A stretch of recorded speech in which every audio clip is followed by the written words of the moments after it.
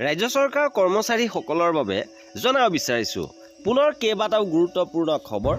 ৰাজ্যৰ বিভিন্ন বিভাগৰ অধীনত কৰ্মৰত কৰ্মচাৰী শিক্ষকসকল সকলোৰে বাবে কেইবাটাও ডাঙৰ খবৰ আহি পৰিছে। অষ্টম দৰমহা আয়োগক লৈও কেইবাটাও নতুন খবৰ আছে। সবিশেষ আপোনালোকক জনাব বিচাৰিছোঁ, ভিডিঅ'টো প্ৰথমৰ পৰা শেষলৈকে চাই থাকিব। জনাব বিচাৰিছোঁ প্ৰথমটো গুৰুত্বপূৰ্ণ খবৰ। ৰাজ্যৰ শিক্ষা খণ্ডৰ বাবে আহিছে এক গুৰুত্বপূৰ্ণ খবৰ। বিদ্যালয়সমূহত খালী হৈ থকা প্ৰধান শিক্ষকৰ পদসমূহ শীঘ্ৰে পূৰণ কৰা হ'ব। ডিব্ৰুগড়ত অনুষ্ঠিত সদৌ অসম মাধ্যমিক শিক্ষক আৰু কৰ্মচাৰী সন্থাৰ শতবাৰ্ষিকী অনুষ্ঠানত অংশগ্ৰহণ কৰি এই ঘোষণা কৰিছে শিক্ষামন্ত্ৰী ডক্টৰ ৰণোজ পেগুৱে।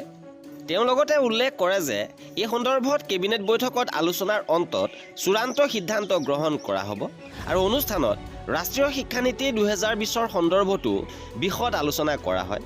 গতিকে দেখা যায় যে শিক্ষক সমাজৰ দীৰ্ঘদিনীয়া দাবী প্ৰধান শিক্ষকৰ পদ সৃষ্টি কৰা এই সমস্যাৰ এতিয়া সমাধান হ'বলৈ গৈ আছে। ইপিনে ডিএ বৃদ্ধিক লৈ আহিছে এটা গুৰুত্বপূৰ্ণ খবৰ।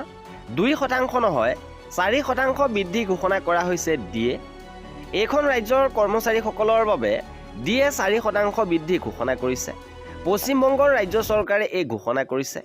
অন্তৱৰ্তীকালীন বাজেটত ঘোষণা কৰা হৈছে যে 4%কৈ ডিএ বৃদ্ধি পাব আৰু এপ্ৰিল মাহৰ পৰাই বৰ্ধিত ডিএ প্ৰদান কৰা হ'ব। ইপিনে অষ্টম দৰমহা আয়োগক লৈ কেইবাটাও গুৰুত্বপূৰ্ণ আপডেট আহিছে।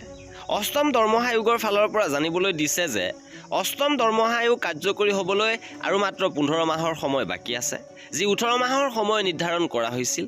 3 মাহ ইতিমধ্যে অতিক্ৰম হৈছে আৰু ইয়াৰ কাম কাজ ইতিমধ্যে আৰম্ভ হৈছে আৰু অফিচ এলটেট কৰা হৈছে। নতুন দিল্লীৰ চন্দ্ৰলোক বিল্ডিঙত ইয়াৰ বাবে কাৰ্যালয় মুকলি কৰা হৈছে। লগতে অষ্টম দৰমহা আয়োগৰ নিযুক্তি প্ৰক্ৰিয়াও ডেপুটেশ্যন ভিত্তিত কৰা হৈছে।